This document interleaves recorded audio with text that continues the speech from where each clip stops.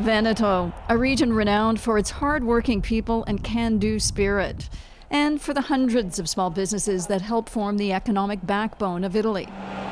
Like this one-woman green economy startup in Vicenza that shreds discarded clothing, compressing it into everything from jewelry boxes to furniture, all recyclable. Fashion industry is one of the most polluted industry.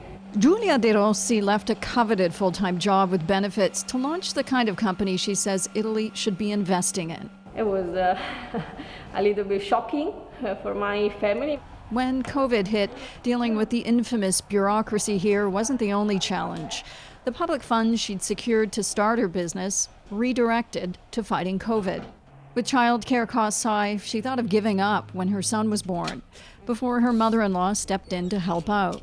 Italy has one of the lowest percentages of women in the workplace in all of Europe. And with the advent of COVID, the small gains that had been made here were lost. Out of all the jobs lost in Italy during the pandemic, 70% were female. Freelance journalist Valentina Saini writes about gender issues in Italian politics. She says employment for women in Italy is precarious. Women tend to be hired, especially in jobs that do not require higher levels of education, with temporary contracts. Italy's new government has promised to address the country's soaring youth unemployment and invest in women. But many here are skeptical. Like Vice President of the Northern Emilia-Romagna region, Ellie Schlein, one of Italy's few politicians under 40.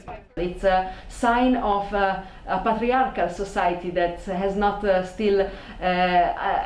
yet understood that you can only write better policies for the complex problems of society if you don't have an eye closed, the eye of women. And while COVID has brought an urgency to Italy's long-standing gender and youth problem, it's also prompted pointed questions to Italy's leaders from a generation and gender that's tired of waiting. Why haven't you done this before? I mean,